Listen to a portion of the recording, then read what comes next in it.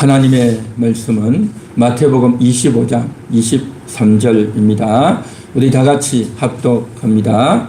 그 주인이 이르되 잘하였도다 착하고 충성된 종아, 내가 적은 일에 충성하였으며 내가 많은 것을 내게 맡기리니 내 주인의 즐거움에 참여할지어다 하고. 아멘. 그 다음 넘겨주세요. 다 같이 읽겠습니다. 예수님이 왕이십니다. 예수님이 왕이십니다. 오늘 우리가 읽은 이 본문은 여러분들이 잘 아시는 달란트 비유입니다. 달란트 비유, 여러분 어떤 건지 잘 아시죠? 예수님께서 제자들에게 십자가 지기 전에 마지막으로 많은 말씀들을 남겼는데 그 중에 하나가 바로 달란트 비유입니다. 달란트, 재능이죠. 탤런트. 그래서 이 달란트라는 말에서 영어의 탤런트가 나왔고, 그래서 재능, 또 능력, 이런 것들을 달란트라고 하죠. 그래서 주인이 종에게 달란트를 주었고, 그래서 그 달란트를 가지고 열심히 일한 5달란트, 2달란트 받은 사람이 각각 5달란트, 2달란트 남겼고, 1달란트 받은 사람은 그것을 땅에 숨겨두었다가 나중에 주인에게 큰 꾸지람을 듣는 그러한 장면, 여러분 잘 아시죠? 예, 잘 아시는 내용인데, 그런데 오늘 저는 이것을 조금 다른 관점에서 한번 접근을 해 보기를 원합니다. 우리가 오늘 읽은 마태복음 25장은 24장과 함께 그 유명한 감람산 설교입니다. 감람산에서 제자들에게 예수님이 거의 마지막 순간에 던져주신 그런 말씀이었어요. 그래서 곧 예수님은 십자가를 지기 전이에요. 예수님은 십자가를 지고 고난을 당하시고 죽고 부활하여 다시 오실 것이 예견되어 있는, 예수님은 그걸 다 알고 계셨어요. 보통 사람들은 중요한 순간이 오면, 복잡하게 되면 어떻게 될지 나도 모르겠다, 어쨌든 잘 준비해서 잘 대처해야 되겠다, 뭐 그런 거잖아요. 아무리 훌륭한 지도자라도, 뭐 왕이고 장군이고 대단한 사람이라도 다 그렇거든요. 앞으로 어떤 일이 벌어질지 몰라요. 그러나 예수님은 다 알고 계셔요. 내가 죽을 거고 죽고 나면 다시 살 거다. 예수님이 다 아셨어요. 어떻게 압니까? 그래서 예수님을 하나님이라고 하는 거예요. 그냥 하나님이라고 하는 게 아니에요. 예수님은 자신이 어떻게 될지, 어떤 일이 벌어질지 다 아신단 말이죠. 그래서 그것을 제자들에게 미리 알려주는 겁니다. 내가 죽고 다시 부활해 올 거다. 그런데 제자들은 그것을 잘 인식을 잘 못하죠. 사람들이 어떻게 알겠습니까? 내일 무슨 일이 벌어질지, 일주일 후에, 한 달 후에 무슨 일이 벌어질지 사람이 어떻게 알겠습니까? 그런 이야기하면 도리어 이상하게 생각하죠. 제자들도 그렇게 생각했어요. 어쨌든 예수님은 말씀하고 계십니다. 그래서 내가 지금 죽고 다시 부활해서 올 건데 그때 너희가 어떻게 해야 되는 줄 아느냐? 그것을 지금 예수님이 설명해 주고 있는 겁니다. 그때 마음가짐을, 또 태도를 잘 가져야 된다라는 것을 이야기하기 위해서 달란트 비유를 이야기한 거예요. 오늘 우리가 23절을 읽었지만요, 여러분 어디를 읽냐면 지금 14절을 한번 보겠습니다. 14절 15절을 우리 다 같이 한번 읽어봅니다. 또 어떤 사람이 타국에 갈 때 그 종들을 불러 자기 소유를 맡김과 같으니 각각 그 재능대로 한 사람에게는 금 5달란트를, 한 사람에게는 2달란트를, 한 사람에게는 1달란트를 주고 떠났더니. 아멘. 어떤 사람이 타국에 갈 때, 그렇게 말하고 있어요. 타국, 다른 나라로 간단 말이죠. 그래서 다른 나라로 갈 때에 종에게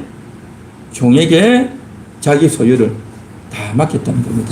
그 집에서 논도 갈고 밭도 갈고 또 일도 해야 되지 않습니까? 거기에 보면 종들도 많고 또 집안이 열심히 돌아가려면 열심히 이제 사람들이 움직이고 일을 해야 된단 말이죠. 그 모든 것들을 이때까지 주인이 다 관리하고 관할하고 지시하고 문제가 생기면 대처하고 다 하잖아요. 그죠? 그런데 주인이 없단 말이죠. 그러면 주인이 없으면 어떻게 해야 됩니까? 주인이 없으면 일 안 해도 되겠네. 주인이 없으면 내가 놀아도 되겠네. 라고 이제 종들이 그렇게 게으름을 피우고 데모를 하고 그렇게 하면 안 되지 않겠습니까? 그래서 그 종들에게 단단히 부탁을 해놓고 가겠죠. 그래서 그러한 개념의 말이단 말이죠. 그래서 달란트를 맡겼어요. 달란트를 맡겨서 5달란트, 2달란트, 1달란트 맡겼단 말이죠. 자, 그런데 이 내용이 단순히 어떤 사람이 뭐 어디 갔다가 온다 그런 이야기가 아니라 이것은 예수님 자신의 십자가에서 죽고 부활하심에 대한 그러한 것의 그런 의미가 내포되어 있는 그런 말씀이다 말이죠. 그런데 이 타국에 어떤 사람이 갔다 온다라는 이것을 가리켜서 보통 한국교회에서는 예수님이 재림에 오신다. 예수님이 이 땅에 있다가 나중에 재림에 오시면 그 어간에 예수님이 재림에서 다시 오실 때까지 자기의 달란트를 가지고 열심히 일하고 열심히 신앙생활하고 또 이제 봉사하고 충성하고 전도해야 된다라는 식으로 생각을 많이 해요. 자, 그런데 말입니다. 저는 오늘 이것을 조금 다르게 해석하기를 원하는데 이때 당시 이스라엘 나라에 어떤 큰 사건이 있었어요. 그 사건이 뭐냐면 헤롯이 죽고 나서 그의 아들이 왕이 되었는데 그 아들의 이름이 아켈라오입니다. 그 아들이 왕이 되었는데 그런데 그가 왕의 승인을 받아야 돼요. 그냥 왕 되는 것이 아니라 왕의 승인을 받기 위해서 로마로 갔다가 다시 돌아오게 됩니다. 그런데 유대인들은 이 아켈라오라는 사람이 왕 되는 것을 원치를 않았어요. 이 사람이 워낙 독하고 완전히 그냥 폭력적이고 사람을 못 살게 굴어서 이 사람이 왕이 되면 우리가 큰일 나겠다 해가지고 몰래 로마 황제에게 사람을 보내가지고 청원서를 넣어가지고 이제 그가 왕이 되지 못하게 해주세요. 아주 간절하게 청을 넣었어요. 그런데 말입니다. 그런데도 불구하고 이 아켈라오라고 하는 사람이 왕이 되어가지고 돌아오는 거예요. 청을 넣었는데도 불구하고 청이 거절되고 이 사람이 왕이 되어서 돌아온단 말이죠. 그래서 자기에게 왕이 되기를 거절했던, 그래서 황제에게 몰래 사람을 보내서 황제에게 단을 냈던 이 유대인들을 소탕하는 그러한 일이 벌어졌어요. 이것은 이스라엘 나라에 실제 있었던 일이고 그래서 그것을 다 알고 있는 그러한 사건이다 말이죠. 그래서 지금 예수님도 이 달란트 비유에서 그리고 누가복음에 있는 문화의 비유에서 어떤 사람이 타국에 갈 때 종에게 소유를 맡기고 떠나가는 그러한 내용의 이야기가 나오는 것이 바로 이 실제 있었던 이스라엘 나라에 있었던 배경을 가지고 설명을 하고 있다 말이죠. 그래서 이제 주인이 타국에 갔다 올 때에 주인이 없는 그 기간 통치의 공백기라고 그러죠. 일명 통치의 공백기라고 하는데 그 통치의 공백 기간 동안 종들이 어떤 태도를 가지는가 하는 것, 거기에 따라서 상이 있고 벌이 있다고 하는 것.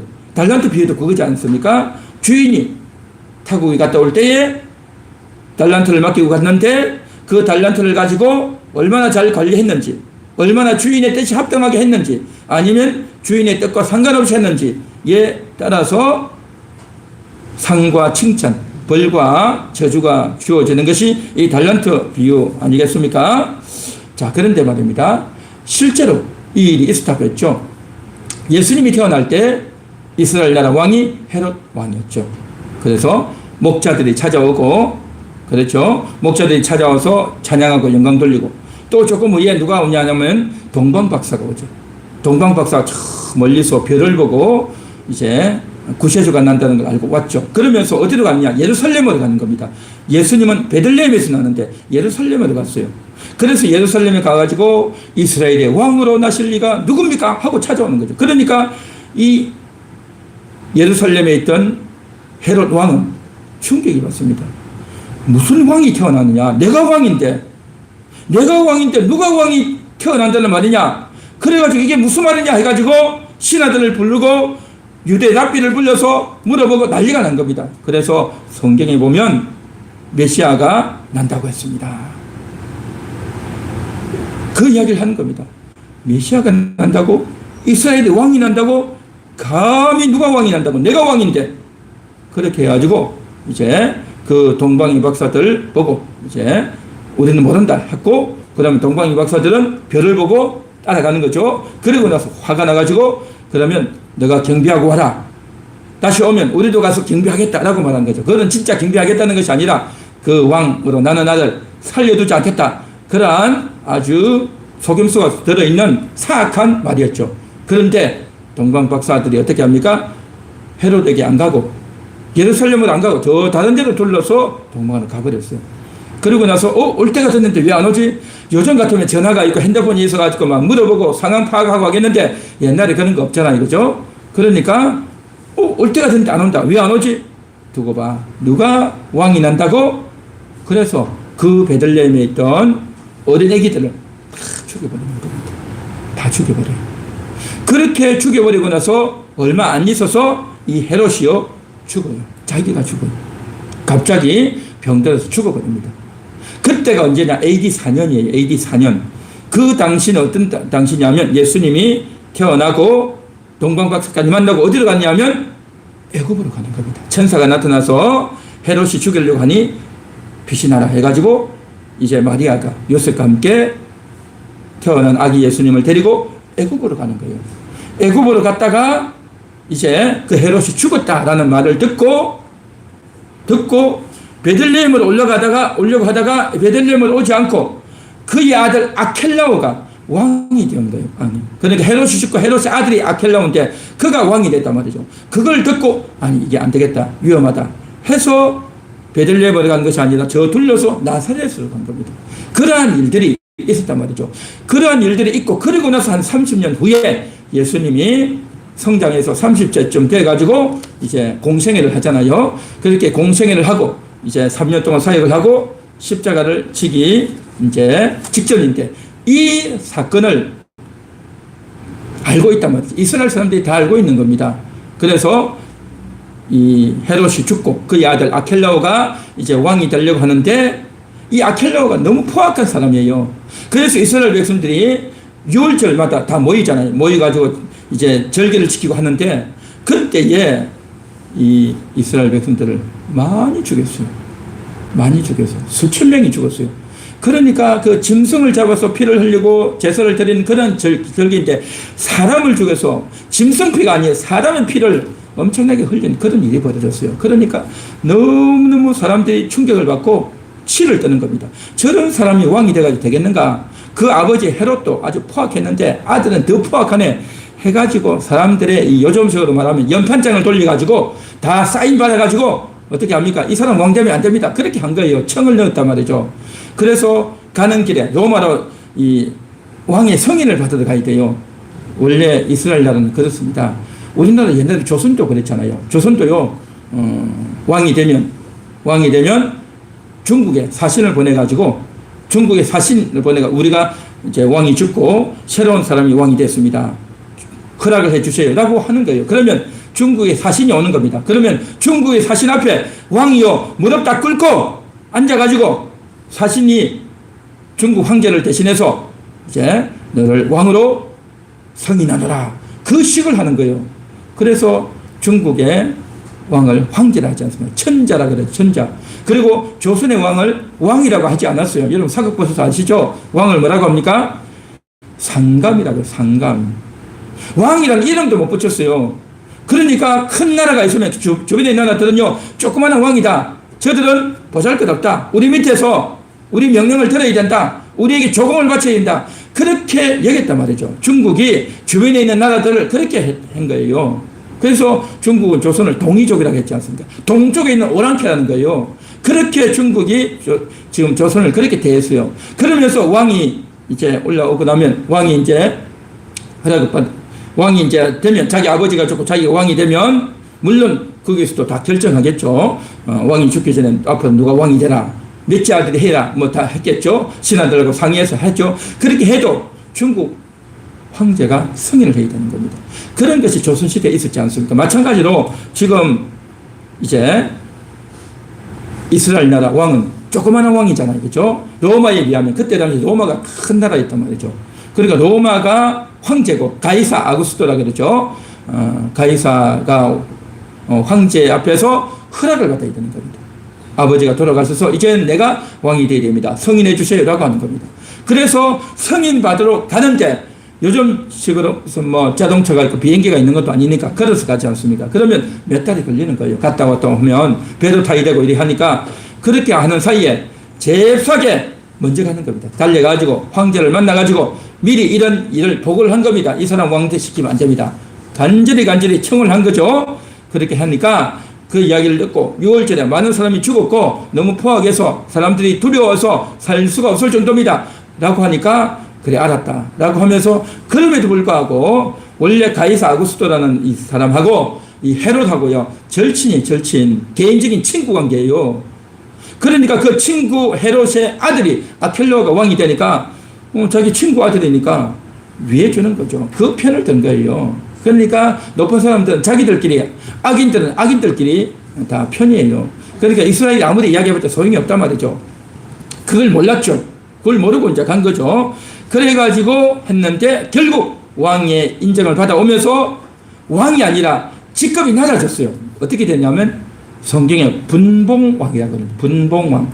그러니까 원래 아버지는 왕이었는데 왕의 등급이 하나 까여가지고 분봉왕이 되버린 겁니다. 그러니까 괘씸하죠. 괘씸하고 자기가 왕됨을 원치 않아가지고 이제 로마 황제에게 그런 일이 벌어졌으니까 화가 치밀어가지고 돌아오고 나서 어떻게 됩니까?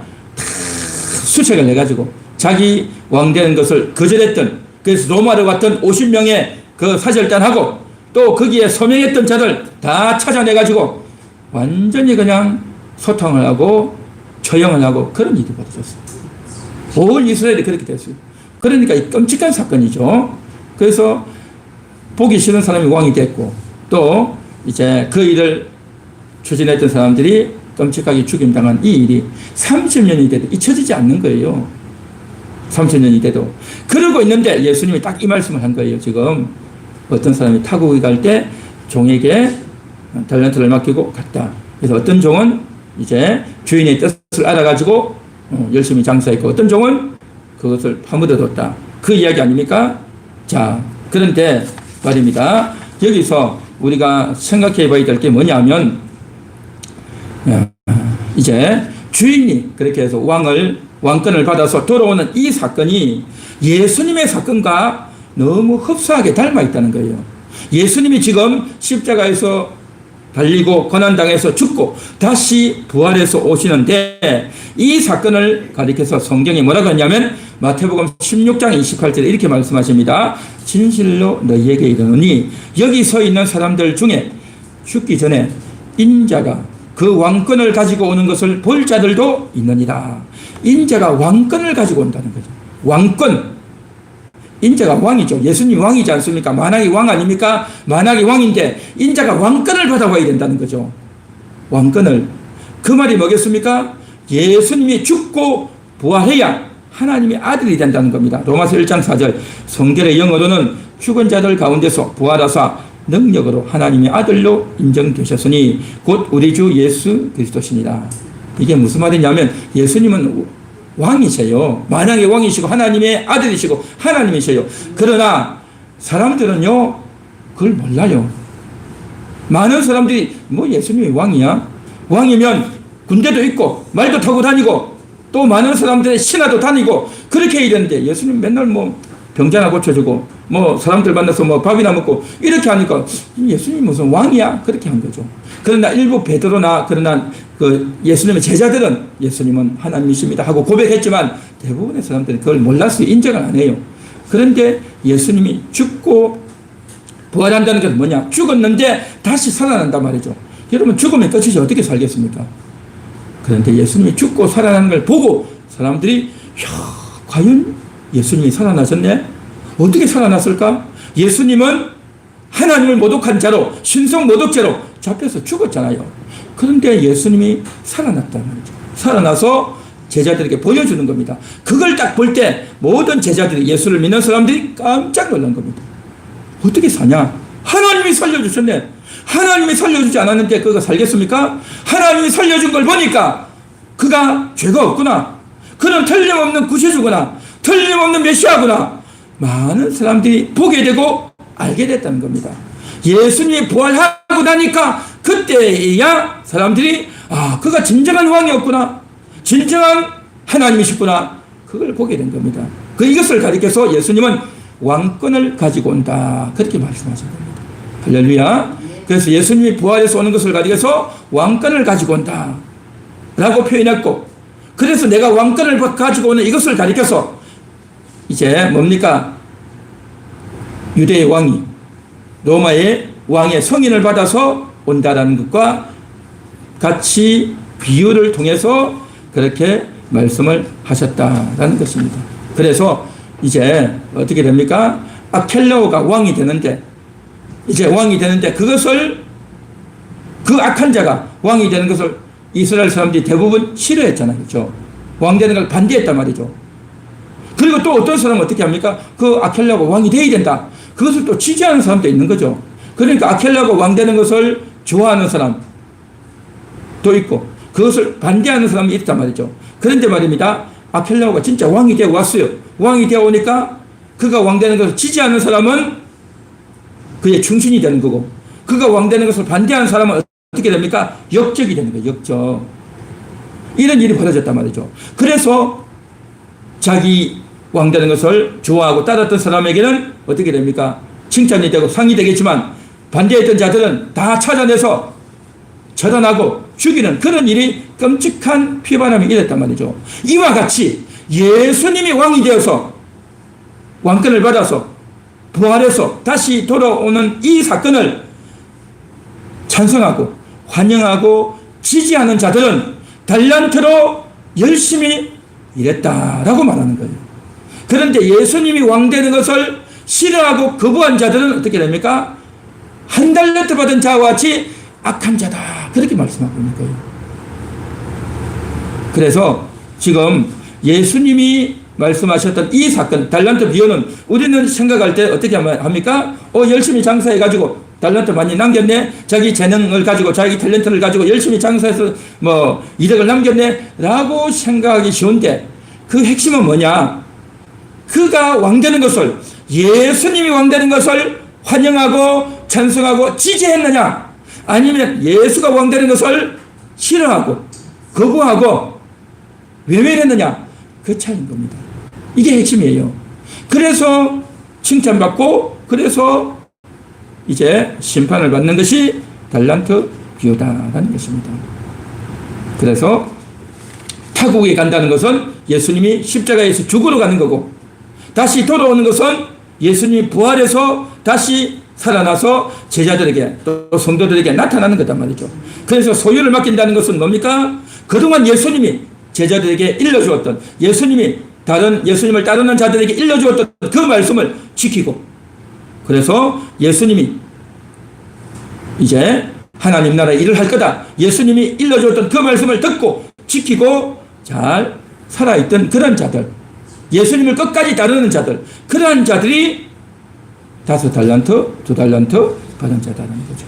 그런데 말입니다, 여러분 잘 아시다시피 예수님이 십자가에 잡혀가고 고문을 당하고 또 십자가에 매달리고 피를 흘리고 죽는 그간 짧은 순간이죠. 불과 하루 이틀 사이에 일어났던 일이다 말이죠. 그 순간에 제자들이 어떻게 했습니까? 다 도망을 갔잖아요. 다 도망을 갔고, 심지어는 예수를 모른다고 베드로는 부인까지 했고, 그러니까 저들이 예수님을 위해서 뭘 했습니까? 아무것도 한 게 없어요. 이게 딜레마예요. 이게 딜레마. 그래서 도마 같은 자는 어떻게 합니까? 예수님이 살아와도 의심했잖아요. 그 살아온 게 맞냐? 진짜 맞냐? 그렇게 의심을 했단 말이죠. 그런데 말입니다, 어떻게 됩니까? 결국에는 예수님을 향해서 도망가고 의심하고 그렇게 했는데도 불구하고 저들이 뭡니까? 완전히 도망을 가서 달아나서 예수를 배신하고 부인하고 저 멀리 도망을 간 게 아니라, 비록 잠깐 실수도 했고 모른다고 부인도 했고 예수님이 진짜 산 게 아니다라고 했던 그런 사람이라 할지라도 마치 어떻게 됩니까? 예수님이 그럼에도 불구하고 찾아가 주시고 너에게 평강이 있을지어다 해주시고, 그래서 저들에게 확인을 시켜주셨단 말이죠. 굳이 이야기하자면 어떻게 됩니까? 베드로는 실패한, 예수를 모른다고 부인했지만 다시 회복되잖아요. 이런 베드로 같은 자는 5달란트 받은 자예요. 도마같이 의심한 자들은 뭡니까? 2달란트 받은 자단 말이죠. 그러나 가룟 유다와 같이 예수가 왕되는 것을 싫어하고 예수가 무슨 왕이냐라고 하려고 했던 그런 자들은 한 달란트 받은 자들 말이죠. 그래서 참 이러한 것들을 우리가 보며 들으면서 뭘 느낍니까? 예수가 왕되는 것을 원했느냐, 예수가 왕되는 것을 싫어했느냐, 그 차이인 겁니다. 비록 제자들은 두려워했고 부끄러운 행동을 했지만 그럼에도 불구하고 예수가 왕되는 것을 싫어한 자는 아니었어요. 그리고 멀리 도망가서 이제는 완전히 끝났다 해서 인생 포기한 것도 아니고 연약하고 두려워했고 비겁했고 했지만 그럼에도 불구하고 예수님의 말씀 안에서 머물러 있었던 겁니다. 그렇게 예수님이 이것을 간주해 주시고 인정해 주시고 칭찬해 주신 겁니다. 그래서 오늘 이 시간도 정말 우리는 어떻게 해야 되겠습니까? 예수가 왕됨을 환영하는 자, 예수님이 나의 왕입니다 라고 인정하고 고백하는 자, 그런 자가 되어야 할 줄 믿습니다. 할렐루야. 같이 한번 따라해 보겠습니다. 예수님이 왕이십니다. 예수님이 왕이십니다. 다른 왕을 구하지 않겠습니다. 예수님만이 나의 왕이십니다. 할렐루야. 예. 그 다음 넘겨주세요. 같이 읽겠습니다. 예수님이 믿고 맡겨주셨습니다. 그러니까 타국에 갈 때 어떻게 합니까? 이제 소유를 맡겨줬단 말이죠. 그 소유가 뭡니까? 주인이 가지고 있는 소유, 주인의 재산을 이제 맡겨줬는데 주인이 갖고 있던 게 뭐겠습니까? 그 예수님께서 제자들에게 당부한 것이 있어요. 예수님이 당부한 게 뭐겠습니까? 내가 죽고 부활하여 다시 온다. 그 말씀이었어요. 그러니 너희가 깨어있어라 라고 하는 거죠. 그런데도 불구하고 저들이 실수하고 또 정신이 막 반 이상 나가버렸죠. 그런데도 불구하고 저들이 극단적인 행동하지 않고 예수를 배신하고 반역하고 하지 않았던 겁니다. 이 그것만도 참 예수님은 이렇게 받아주셨죠. 그리고 예수님 뭐라고 말씀하셨습니까? 발을 씻겨주시면서 내가 너희의 발을 씻기는 것 같이 너희도 서로 사랑하라 라고 하셨죠. 그렇지 않습니까? 그리고 나의 십자가를 지고 나를 따르라 라고 말씀하셨죠. 이러한 여러 말씀들을 예수님이 하셨단 말이죠. 그래서 이제 주인이 왕위를 받기 위해서 멀리 떠났다가 다시 오듯이 예수님이 죽고 부활하여 다시 오시는 그 기간 동안 예수님이 저들과 함께 하지 않았어요. 그 전에는 예수님이 제자들과 함께 늘 다니면서 같이 다니고 말씀도 하시고 같이 밥도 먹고 같이 잠도 자고 늘 함께 했어요. 그런데 예수님이 십자가에 달리고 부활하여 오기까지 그 짧은 기간 한 3, 4일 그 기간 동안 함께 하지 못했던 거예요. 그게 바로 뭐냐? 통치의 공백 기간. 그러니까 예수님이 저들의 보혜사였어요. 땅에 있는 동안 예수님이 저들의 보혜사였단 말이죠. 그렇게 보혜사여서 함께하고 지켜주고 또 이게 저들에게 인도해주고 가르쳐줬는데 그 공백 기간, 불과 짧은 한 며칠 그 기간이지만 그 기간은 너무나도 중요한, 너무나도 엄청난 환란, 가장 큰 환란의 기간, 그 환란이 이 기간 동안에 있었단 말이죠. 그래서 이 지구 역사상 가장 큰 환란, 무슨 환란이 뭐냐? 이 십자가 3일 동안인 겁니다. 그 3일 동안 환란 기간 동안에 마귀가 엄청나게 공격하고 많은 사람들을 미혹하고 사람들을 들쑤시고 사람들을 겁을 주고 못살게 굴고 미혹하고 두려움을 주고 이런 일이 엄청나게 일어난 겁니다. 그때에 이제 비록 우리가 볼 때는 제자들이 실수한 것 같고 비겁한 것 같고 하지만 그럼에도 불구하고 저들이 극단적인 행동하지 않고 그들이 숨어 있고 그래도 한 곳에 모여 있으니까 다시 예수님이 오셔서 회복시켜 주심으로 말미암아 주님의 일을 할 수 있게 됐단 말이죠. 그것만 해도 주님은 뭐라고 말씀하십니까? 너희가 5달란트 받은 자다, 너희가 2달란트 받은 자다 라고 말씀해 주시는 줄 믿습니다. 이 하나님의 은혜예요. 그러니 하나님의 은혜로 달란트 이제 장사를 하는 거지. 뭐 내가 대단해서, 내 재능이 대단해서, 내가 열심을 다하고, 내가 최선을 다하고, 내가 뭘 헌신을 해서 대단한 게 아니에요. 다 주님의 은혜이다 말이죠. 자, 그런데 여기서 저들에게 달란트를 맡겨주셨어요. 이렇게 모자란 자들, 베드로 같은 자들, 저들 제자 같은 자들, 그런 자들에게 주님이 믿고 맡겨주신 겁니다. 이게 뭐겠습니까? 오늘날 우리들에게도 믿고 맡겨주신 거예요. 그런데 솔직히 우리가 믿을만 합니까? 재주가 있습니까? 신실합니까? 믿음이 대단합니까? 너무 부족하잖아요. 너무 형편없고 부족하고 실수가 많고 죄도 많고 머리도 둔하고 형편없는 그러한 자들이 우리 아닙니까? 그런데도 불구하고 주님은 우리를 믿고 맡겼단 말이죠. 디모데전서 1장 12절에 나를 능하게 하신 그리스도 예수 우리 주께 내가 감사함은 나를 충성되이 여겨 내게 직분을 맡기심이니, 나를 충성되이 여겼다는 거죠. 맡겨주신다는 건 뭐겠습니까? 믿을만한 게 하니까 맡겨주시는 거예요. 믿을만하지 않으면 어떻게 그걸 맡기겠냐 말이죠. 믿을만하지 않으면. 그래서 우리를 믿고 맡기는 겁니다. 믿고 맡기는데도 불구하고 우리는요 엉뚱한 일을 하고 실수하고 또 능력도 없고 부족하고 형편없을 때 많단 말이죠. 그래도 주님은 우리를 잘한다 칭찬해주고 인정해주고 위로해주고 세워주시는 주님인 줄 믿습니다. 그래서 이러한 직분을 맡아서 당시 제자들은 예수님이 십자가에서 죽고 부활해오는 그 기간 동안 저들이 이제 달란트를 맡아서 열심히 일을 했다고 한다면, 오늘날 우리는 뭡니까? 예수님 당시의 제자들은 아니잖아요. 오늘을 살아가는 우리들은 뭡니까? 우리가 예수 믿고 나서 거듭나고 난 이후에 우리가 인생을 살면서 우리에게 맡겨주신 달란트가 있단 말이죠. 우리들을 충성되이 여겨서 맡겨주신 이 달란트가 있단 말이죠. 그것을 가지고 우리는 열심히 일해야 될 줄 믿습니다. 할렐루야. 그 일을 하는 이유는 뭐냐? 예수님이 왕이기 때문에. 예수님이 나의 왕입니다. 나는 다른 왕을 구하지 않겠습니다. 그래서 예수님을 믿고 늘 예수님을 생각하고 예수님이 나에게 맡겨줬다. 예수님이 나한테 지시하신 거야. 예수님이 나에게 지시하신 거야. 눈에 보이지 않지만 그렇게 믿고 일하는 것. 이게 바로 뭐냐? 달란트 받은 자의 태도이다라는 겁니다. 내가 재주가 많아서, 내가 재능이 많아서, 어떤 사람은 노래, 어떤 사람은 운동, 어떤 사람은 공부, 어떤 사람은 노가다, 어떤 사람은 가정에서, 어떤 사람은 목사로서, 어떤 사람은 집사, 권사로서 일하는, 그것이 중요한 게 아니고요. 중요한 건 뭐냐? 눈에 보이지 않는 예수님. 예수님 눈에 안 보이잖아요. 눈에 보이지 않는 그 예수님이 나에게 이 귀한 일을 맡겨주셨다. 나에게 복음 전할 사명을 맡겨주셨다. 나에게 달란트를 주셨다. 그러한 인식을 갖는 것. 이게 귀한 믿음이다라는 거죠. 주님이 여러분에게 달란트를 맡겨주신 줄 믿습니다.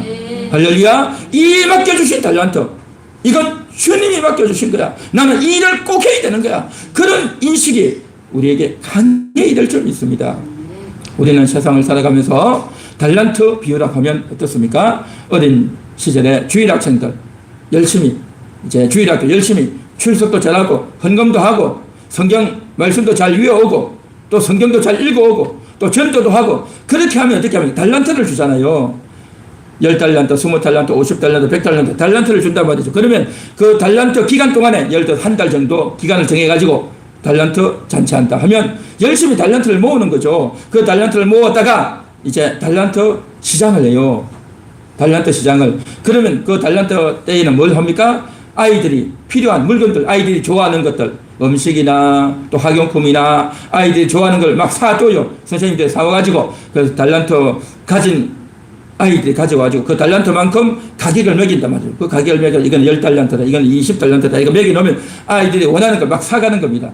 그렇게 달란트 시장을 하고 우리는 달란트 잔치를 하고 그렇게 했는데, 그게 달란트의 원래 의미는 아니에요. 사실은 원래 의미는 아니고 아이들에게 접근하기 쉬운 프로그램으로 그렇게 만들었던 거고, 실제 달란트의 핵심이 뭐냐? 또 어른들은 그렇게 생각합니다. 내가 가지고 있는 재능을 가지고, 내가 잘하는 걸 가지고 내가 주님의 일을 한다라고 생각하는데, 물론 그런 측면도 있지만 핵심은 뭐냐? 예수님이 나의 왕이다. 예수님의 왕됨을 환영합니다. 예수님의 왕됨을 인정합니다. 그런 마인드를 가지고 사는 겁니다. 아까 그랬죠? 아켈레오가 왕 되는 것을 원했던 사람도 있고 싫어했던 사람도 있단 말이죠. 그런데 그가 왕이 돼서 딱 돌아와가지고 자기가 왕 되는 것을 싫어했던 자들은 다 처단해버리는 겁니다. 다 죽여버리는 거예요. 자기가 왕 되는 것을 좋아했던 자들은 자기에 대한 충신이 돼서 인정해 주는 것 아니겠습니까? 여러분, 이것이요 나라에서 실제 일어나는 일들이에요. 실제 일어나는 일들. 마찬가지로 예수님이 왕이 돼서 왔는데, 예수가 왕이어야 되는데 예수님이 나의 왕입니다, 예수님이 나의 주인님이다 하고 인정하고 고백하고 그렇게 사는 자와 예수가 무슨 왕이야? 나는 다른 사람 좋아. 어떤 대통령, 국회의원, 정치인, 어떤 영웅, 내가 좋아하는 사람이 이 사람이야. 나는 이 사람 말을 듣고 따를 거야. 나는 이 사람이 좋아. 라고 하면서 예수님 아닌 다른 어떤 자를 마음에 두고 그의 교훈, 그의 말, 그의 행적을 따라서 어떤 가수, 어떤 연예인 그러한 자를 좋아서 거기에 따라서 마음이 가 있으면 그건 뭐겠습니까? 예수가 왕됨을 원치 않은 거예요. 이거는 예수가 왕됨을 원치 않고 다른 자가 왕되기를 원하고 있는 거단 말이죠. 또 어떤 자는요, 자기가 왕이에요. 자기가 왕이 돼가지고 내 마음대로 하는 거예요. 내 마음대로 모든 걸 다 하는 겁니다. 직장생활, 인간관계, 또 물질 문제, 건강 문제, 모든 인생을 자기가 왕이 돼 자기 마음대로 자기 뜻대로 다 해버려요. 어떤 사람은 남의 말을 듣고 누가 시키는 대로 그 사람에게 힌트 받고 그 사람이 조언을 받고 한단 말이죠. 이건 다 뭡니까? 예수가 아닌 자기가 왕이고 다른 사람이 왕이란 말이죠. 예수의 왕됨을 좋아하지 않는 다른 사람이 왕되는 것을 더 좋아했단 말이죠. 그러면 예수님이 오실 때 어떻게 되겠습니까? 예수가 왕됨을 원치 않은 자다 말이죠. 그런 사람이 한 달란트 받은 자입니다. 이런 사람이 악하단 말이죠. 뭐가 악합니까? 예수가 왕되는 것을 거부했단 말이죠. 그래서 악한 거예요. 그래서 악하단 말이죠. 여러분은 예수가 왕되는 것을 좋아하십니까? 네. 예수가 왕되는 것을 지지하십니까? 네. 그렇다고 한다면 예수님이 여러분에게 주셨던 말씀 꼭 간직하셔야 돼요. 네. 예수님이 여러분에게 주셨던 말씀이 뭡니까?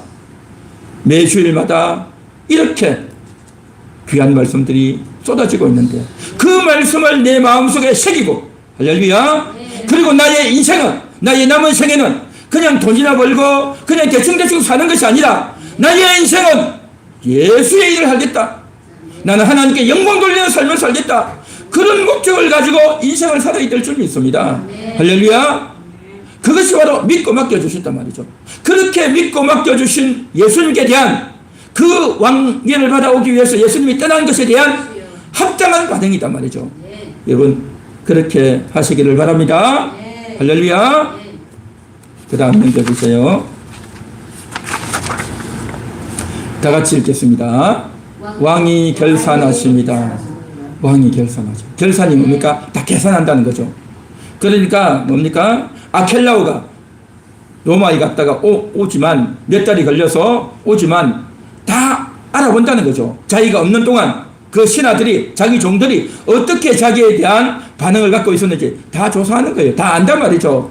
그래가지고 결산한단 말이죠. 그래서 자기를 지지하고 환영한 자와 자기를 싫어하고 거부한 자들 샅샅이 조사해가지고 칭찬하고 상을 주고 완전히 그냥 쫓아내고 처단하고 죽이고 그런 일이 벌어진단 말이죠.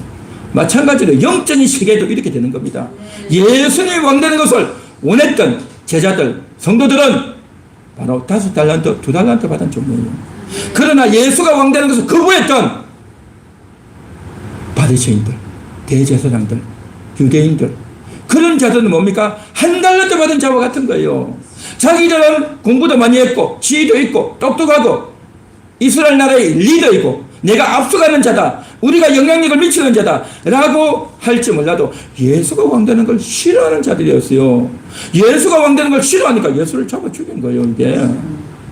그런 자들이 1달란트 받은 자이고 예수가 왕되는 걸 원치 않는다는 거죠.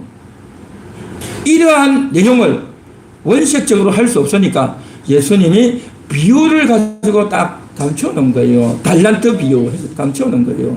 그러니까 이 달란트 비유의 의미를 대부분 잘 모르고 그냥 우리가 인생 살면서 막 열심히 일해야 되고 교회 충성해야 되고 전도도 해야 되고 뭐 이런 식으로 이해하는데 그게 아니라는 거죠. 정말 예수가 왕되는 걸 원하고 예수가 나 왕이라면 예수의 명령을 들어야 되는 거죠. 다른 주인, 다른 명령을 받으면 안 돼요. 예수의 명령만 받아야 되는 거죠. 한눈 팔면 안 된단 말이죠. 예수님의 지시, 예수님의 말씀, 예수의 도움을 받아서 그 말씀을 마음에 새겨서 예수님이 일러주신 말씀대로 그렇게 살아야 되는 겁니다. 우리의 남은 생에도 이것이 내가 할 일이다. 이것이 바로 주님이 나에게 주신 사명이다. 라고 생각하고 일을 해야 된단 말이죠. 그런데 자기가 뭡니까? 엉뚱한 일을 하고 다른 왕을 기대하고 있고 자기가 왕인 것처럼 하고 살고 그러면요 이건 뭐냐? 달란트 장사 못한 거예요. 달란트 장사 못한 거단 말이죠. 한 달란트 받아 있는 걸 묵혀둔 것 같단 말이죠. 묵혀뒀다는 게 뭐겠습니까? 하나님 말씀 주셨는데, 하나님께서 너가 이렇게 살아라고 다 하나님의 뜻을 일러주셨는데, 그건 제껴두고, 그것을 외면하고, 자기 하고 싶은 것, 자기 욕심을 따라서, 내가 이거 잘하니까 내 마음대로 하겠다 라고 해서 나가면, 그게 바로 뭐냐? 하나님이 맡겨주신, 예수님이 맡겨주신 그 달란트를 묵혀뒀단 말이죠. 예수님이 맡겨주신 그 달란트 묵혀두고 자기 일만 하는 거예요. 자기 욕심, 자기 하고 싶은 거 하는 거예요. 그게 바로 뭐냐? 게으른 거예요. 겉으로는 부지런하죠. 얼마나 많은 일을 많이 했습니까? 얼마나 똑똑합니까? 남들도 인정하죠. 자타가 공인한 대단한 사람이죠. 그러나 주님은 그를 게으르다는 거죠. 게으르다는 개념이 너무 다르죠.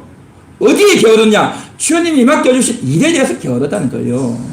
게으르다는 것은 단순히 그냥 뭐 늦잠 자고 청소도 안 하고 씻지도 않고 막 이렇게 사는 육신적인 게으름을 말하는 것이 아니고요. 성경에서 말하는 게으름은 뭐냐? 주님이 맡겨주신 그 일에 대해서 게으르다는 거예요.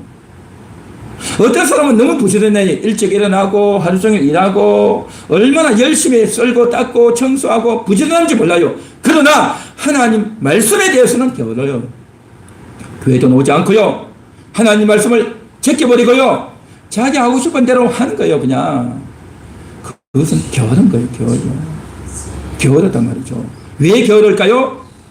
왜 게으를까요? 예수님이 왕되는 것을 싫어한 채 거부하기 때문인 겁니다. 예수님이 왕되는 것을 거부하는 이것이 바로 악한 거고, 그 생각 자체가 악한 거고, 그렇게 악하기 때문에 예수님이 맡겨주신 그 일 아니고 내가 하고 싶은 것, 엉뚱한 일만 막 잔뜩 하고 사는 겁니다. 그러면요, 돈도 좀 벌고 남들도 인정하고 내가 보람도 있고 내가 정말 대단한 사람이다 라고 자태가 공인하는 일을 할지 몰라도 마지막에 왕이 딱 결산한다는 거예요. 계산한다는 겁니다. 뭘 계산하느냐? 내가 너에게 맡겨주신 거 너 어떻게 했냐? 그걸 가지는 겁니다. 하나님 맡겨주신 그걸 가지고 계산한다는 겁니다. 여러분, 우리 모든 인생은요, 하나님 앞에 가서 설 때에 다 계산하게 되어 있습니다. 계산의 계산, 따져본다는 겁니다. 그렇게 따져볼 때에 내가 맡겨준 것, 내가 너에게 들려준 것 가지고 너 뭐 했나요? 라고 물어본다는 겁니다. 여러분, 그때에 부끄러움이 없어야 될 줄 믿습니다. 할렐루야. 그때 부끄럽지 않아야 된단 말이죠. 그래서 우리가 이 생을 살아가야 되는 겁니다. 하루하루 살면서 밥 먹고 아침에 눈 떠서 저녁에 잠잘 때까지 우리가 생각하고 염두에 두고 우리의 남은 생애를 어떻게 살아야 되느냐? 우리 아들, 딸이 나한테 용돈이나 많이 주냐? 나는 몸이 아파서 힘든데 왜 나를 좀 자주 찾아오지 않냐? 왜 전화도 안 하느냐? 라고 생각하면서 자녀들에 대해서 요즘 젊은 것들을 못 믿겠다, 우리 때는 안 그랬는데 라고 생각하면서 서운한 생각이나 하고 남들에 대해서 미워하고 원망하고 내가 교회를 갔다 왔는데도 그렇고 그렇지 뭐 하고 라고 생각하면서 내가 예수 믿는 사람인지 안 믿는 사람인지도 모르고 인간관계도 힘들고 그렇게 하다가 시간 보내고 살 게 아니라 주님이 나에게 하셨던 이 말씀을 들었으면 공책에 적어만 놓지 마시고 그걸 가지고 살아야 되는 겁니다. 그 말씀을 내 마음에 새겨서 내가 하나님을 기쁘시게 할 만한 일이 뭔지를 딱 찾아서 해야 된단 말이죠. 할렐루야. 그거 해야 되는 거예요. 그거 하는 것이 달란트라는 겁니다. 예수님을 믿기 때문에 계산해야 된단 말이에요. 그 계산할 때 부끄럽지 말아야 될 줄 믿습니다. 그래서 그렇게 주님 앞에 충성하고 헌신해서 정말 주인의 즐거움에 참여할 수 있는 정말 그런 보람이 있기를 바라는 겁니다. 그래서 저도 마찬가지고 여러분들도 마찬가지고 우리 모든 함께하는 교회 성도님들이 오늘 이 말씀을 듣는 모든 분들이 정말 주님이 결산할 때에 왕이 결산할 때에 그때에 부끄럽지 않도록 우리가 열심히 헌신해야 될 줄 믿습니다. 여러분이 할 수 있는 게 뭡니까? 들었던 말씀을 가지고 내가 어떻게 하면 좋을까?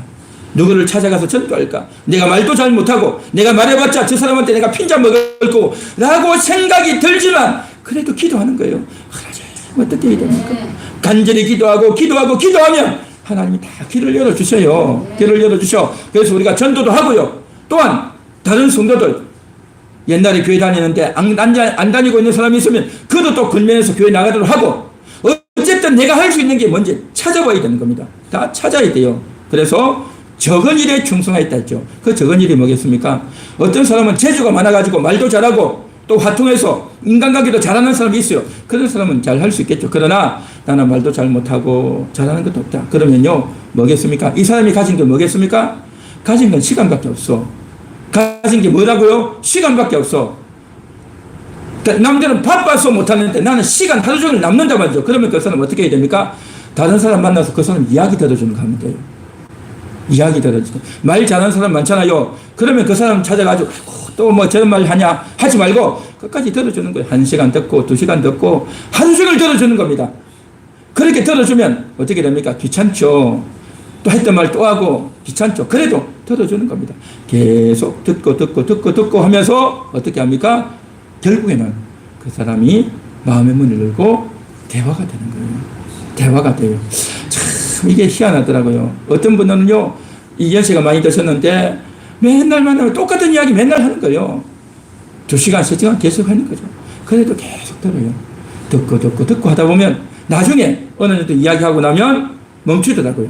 멈추면 그때 이야기하는 거예요. 그때 제가 이야기하는 거죠. 그렇게 하면서 뭡니까? 내가 가진 건 시간밖에 없으니까 그렇게 활용하는 거예요. 그게. 그러니까 우리가 말을 잘해야 뭘 하는 게 아니에요. 말 못하면요, 들어주면 돼요. 그 말 잘하는 사람은 자기 이야기를 남들이 안 들어주기 때문에 말 못하는 사람이 좀 들어주기를 원해요. 그러니까 가서 들어주는 거예요. 그냥 하루 종일 시간 내가지고 그 들어주는 거예요. 그러면요, 자기도 처음에는 막 이야기하다가 열을 올려서 이야기하다가 나중에는 다 듣게 돼 있어요. 그러니까 이런 것들이 사소하죠. 사소하지만 이게 중요한 겁니다, 여러분. 그래서 우리가 생각하면 얼마든지 할 일이 있고 주님을 위해서 할 일이 있고 또 우리가 어려운 영혼들, 그가 하나님 만날 수 있도록 하도록 하기 위해서 우리가 해야 될 일들이 있다. 그 일을 우리가 잘 감당해야 되는데 이 일에 있어서 중요한 건 뭐냐? 내가 얼마나 일을 잘할 거냐 못하느냐가 중요한 게 아니라 예수님이 왕입니다. 예수님이 왕됨을 내가 환영하기 때문에, 예수님이 나의 왕이라는 것을 인정하고 믿기 때문에, 예수님이 나에게 이 일을 시켰다. 나는 이 일이 가장 중요하다. 내가 가서 돈 벌고 내가 가서 오늘 하루 종일 텔레비전 보는 것이 중요하고 밭에 가서 일하는 게 중요한 게 아니라 예수님이 나에게 이 일을 맡겨주셨다. 내가 할 일은 이 일이다. 그런 생각과 믿음을 나간다면 주님이 정말 기뻐하는 사람이 될 거고, 그것이 바로 달란트를 가지고 잘 장사하는 그러한 사람이 될 줄 믿습니다. 그래서 주님 앞에 섰을 때에 잘하겠도다 칭찬받을 수 있기를 바랍니다. 여러분, 우리 어릴 때 국민학교 다닐 때 그렇게 해서 선생님이 속죄를 하면 선생님이 참 잘해서 도장을 찍어줬어요. 어릴 때 그렇게 했죠. 요즘도 그렇게 하는지 모르겠지만 그게 정말 기분 좋아요. 선생님이 잘했다 도장 찍을 때 참 좋잖아요. 마찬가지로 우리 모든 인생들은요, 주님 앞에 갔을 때 잘했다 칭찬받아야 될 줄 믿습니다. 주님이 여러분 칭찬해 주시기를 바랍니다. 그렇게 되기 위해서는 어떻게 해야 되느냐? 주님을 믿어야 돼요. 주님이 나에게 이 일을 맡겨주셨다. 주님이 나에게 이 사명을 주셨다. 내가 이 사명을 감당해야겠다. 그런 생각을 가져야 됩니다. 사명은요, 목사만 하는 게 아니에요. 모든 사람에게 하나님이 사명 주셨어요. 겉으로는 내가 직장 다니고, 겉으로는 내가 일하고, 겉으로는 내가 돈을 벌고, 겉으로는 내가 학생이고 청년이고 주부고 할지 몰라도 우리는 모든 사람이 사명 주셨어요. 이 사명 해야 되는 겁니다. 가장 작은 일에 형편없고 아무것도 아닌 것 같지만 그 분야에서 내가 충성을 다해서 최선을 다해서 그 한 영혼을 위해서 내가 시간을 쏟고 마음을 쏟고 정성을 쏟으면 못할 일이 없다라는 겁니다. 우리 다 이 일에 동참하는 저와 여러분 되시기를 주님의 이름으로 축원합니다. 그래서 마지막 날에 잘하였도다 착하고 충성된 종아, 그렇게 인정받고 칭찬받는 우리 모두가 되시기를 축원합니다.